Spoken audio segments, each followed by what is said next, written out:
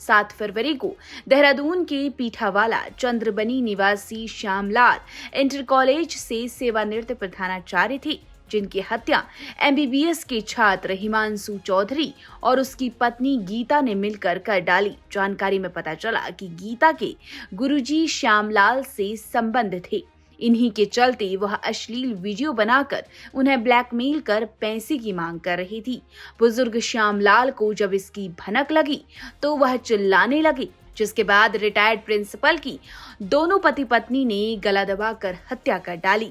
आरोपियों ने शव को अगले दिन कई हिस्सों में काटकर प्लास्टिक के बोरे में रखा। वहां से रिश्तेदारों के माध्यम से उसे नहर में फेंक कर ठिकाने लगा दिया। ठिकाने लगाने वाले रिश्तेदारों को पुलिस पहले ही गिरफ्तार कर चुकी है और काफी खोजबीन के बाद दोनों पति पत्नी भी पुलिस के हत्थे चढ़ गए। लेकिन दोनों पति पत्नी ने एक बेहद चौंकाने वाला खुलासा पुलिस के सामने किया।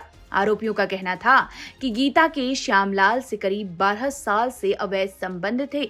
इसी के चलते गीता अपने पहले पति से 3 साल पहले अलग हो गई और अपनी बेटी के साथ देहरादून के किशन नगर क्षेत्र के सिरमौर मार्ग पर रहने लगी, जहां पर गुरुजी श्यामलाल लगातार उससे मिलना आता रहता था। श्यामलाल उसे हर माह 50,000 से 1 लाख तक खर्चा भी देता था। लेकिन इस बीच 7 माह पहले गीता की मुलाकात हिमांशु चौधरी से हुई, जो कि MBBS की पढ़ाई कर रहा था। दोनों करीब आ गए और शादी कर ली। इसके बाद मृतक श्यामलाल से गीता का मिलना जुलना कम हो गया, जिससे श्यामलाल परेशान रहने लगा। वह अक्सर गीता पर मिलने का दबाव डालता था। गीता का दूसरा पति हिमांशु देहरादून के एक प्रतिष्ठित मेडिकल कॉलेज से MBBS की पढ़ाई कर रहा था, लेकिन बार बार फेल हो जाने के कारण उसकी पढ़ाई पर बहुत खर्चा हो रहा था।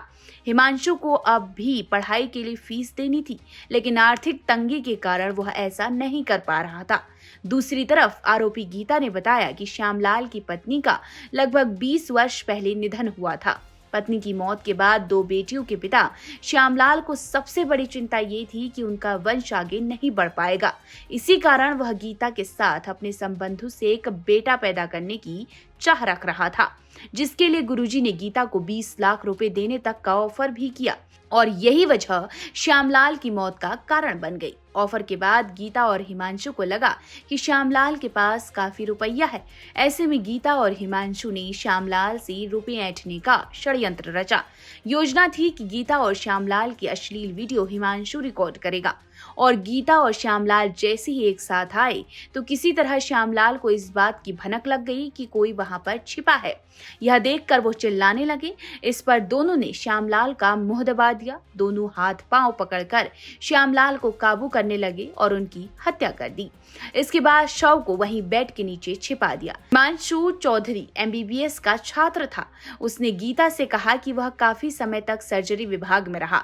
ऐसे में उसे पता था कि यदि 24 घंटे के बाद शव को काटा जाए तो खून नहीं निकलेगा। लिहाजा दोनों ने इंतजार किया और शव को अगले दिन काटने की योजना बनाई। अगले दिन हिमांशु ने रसोई के चाकू से ही शव को जोड़ के हिस्सों से काटा। पहले शव के कंधों से हाथ काटे, इसके बाद दोनों पैर अलग कर दिए। बाद में सिर को काटकर प्लास्टिक के बोरे में रख दिया और आरोपियों ने शव को अपने रिश्तेदारों के माध्यम से नहर में फेंक कर ठिकाने लगा दिया। फिर गीता और हिमांशु ने हत्या के बाद श्यामलाल के मोबाइल फोन से खाते की डिटेल खंगाली तो उन्हें बैंक खाते खाली मिले।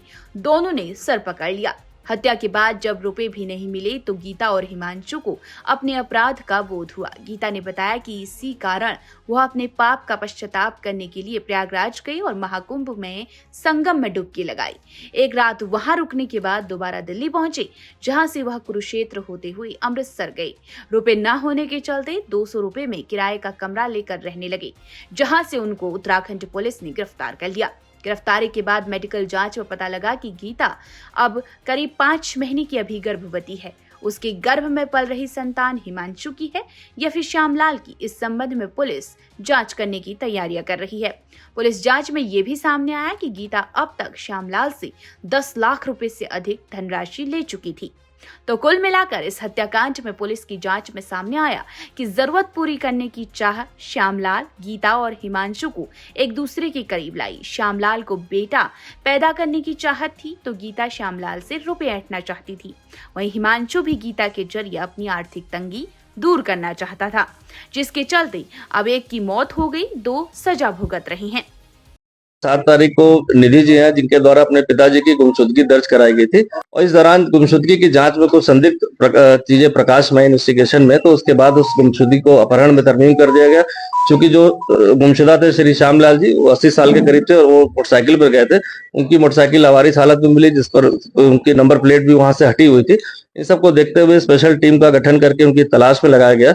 जो भी नंबर से विक्टिम के साथ जुड़े हुए थे या अन्य लोग उनके संपर्क में थे, उनके बारे में छानबीन की गई। तो इसमें 2 लोग संदिग्ध प्रकाश में आए, जिसमें एक अजय करके और एक धनराज करके 2 नाम इसमें आए थे, जो लगातार टच में थे, किसी न किसी अन्य नंबरों के माध्यम से टच में थे। और उसमें एक महिला गीता का भी नाम आया और उनके पति हिमांशु का भी नाम आया। जब 2 लोग को, ये चारों लोग मौके से मतलब यहाँ से फरार थे, जब 2 लोग को इसमें हिरासत में लेकर पूछताछ की गई, अजय और धनराज को, तो इनके द्वारा बताया गया कि वो गीता के रिश्तेदार हैं और उनके कहने पर वो 3 तारीख को यहाँ पर आए थे, जिसमें 2 तारीख को उनके गीता और हिमांशु द्वारा उनकी हत्या कर दी गई थी और उसकी जो लाश थी वो टुकड़ों में काट कर रखी थी, जिसको वो फेंकने के लिए सहारनपुर नहर के पास फेंक कर आ गए थे। उनकी निशानदेही जानकारी के आधार पर इसके बाद जो है लाश को जो है अलग अलग पार्ट में जो कटी मिली थी, कुछ नहर से बरामद कर लिया गया था। इसके बाद 2 अभियुक्तों को गिरफ्तार करके जेल भेज दिया गया था। इसके बाद हमारी पुलिस टीम लगातार गीता और हिमांशु, जो उसके प्राइम मास्टरमाइंड थे, उनकी तलाश की जा रही थी। कल इनको रात्रि में अमृतसर से जो है वहां से इनको हिरासत में लिया गया और पूछताछ के बाद इनको थाने जब लाया गया यहाँ पर, समझ घटनाक्रम को पता चला कि जो गीता थी और उसका हस्बैंड जो है हिमांशु, जो एमबीबीएस का 4th ईयर का स्टूडेंट भी था, इसके बाद उनको पैसे की जरूरत थी, फीस भरने के लिए भी थी, साथ ही साथ अन्य खर्चों के लिए भी थी और पूर्व में भी वो कहीं ना कहीं किसी न किसी बहाने, जो इसमें अभियुक्ता गीता है उसके द्वारा श्री श्यामलाल जी से विभिन्न तरह से पैसे भी लिए गए थे और एक षड्यंत्र के तहत एक किराए पे कमरा लेकर उनको कहीं अश्लील कुछ बनाने का इनका एक मोटिव था कि अश्लील कोई वीडियो या फोटो बनाने के बाद उनको ब्लैकमेल करके और पैसे लिए जाएंगे। लेकिन श्री श्यामलाल जी द्वारा इसका जब विरोध किया गया तो उन्होंने गला दबाकर उसकी हत्या कर दी और इसके बाद 1 दिन तक उस बॉडी को अपने घर पे रखा और उसको विभिन्न जो औजार होते हैं, चाकू वगैरह से विभिन्न पार्ट्स में कहा जाए, दोनों हाथ और धड़ को अलग करके और उसको पैक करके जो है अपने रिश्तेदारों के माध्यम से नदी में फेंक दिया गया। इनकी गिरफ्तारी उपरांत इसका मोटिव भी क्लियर हो गया और साथ ही साथ पैसों के लिए ब्लैकमेल करके ये हत्या करने का षड्यंत्र रचा गया था, जिसमें 2 अभियुक्त पहले गिरफ्तार हुए थे। 2 मेन प्राइम अभियुक्त जो है कल गिरफ्तार कर लिए गए। आज इनको माननीय न्यायालय में पेश किया जा रहा है। उत्तराखंड की हर छोटी बड़ी खबर पर नजर डालने के लिए फेसबुक पेज पर द पब्लिक मैटर को फॉलो करें और यूट्यूब पर चैनल को सब्सक्राइब, लाइक और शेयर जरूर करें। इसी तरह देखते रहिए द पब्लिक मैटर। नमस्कार।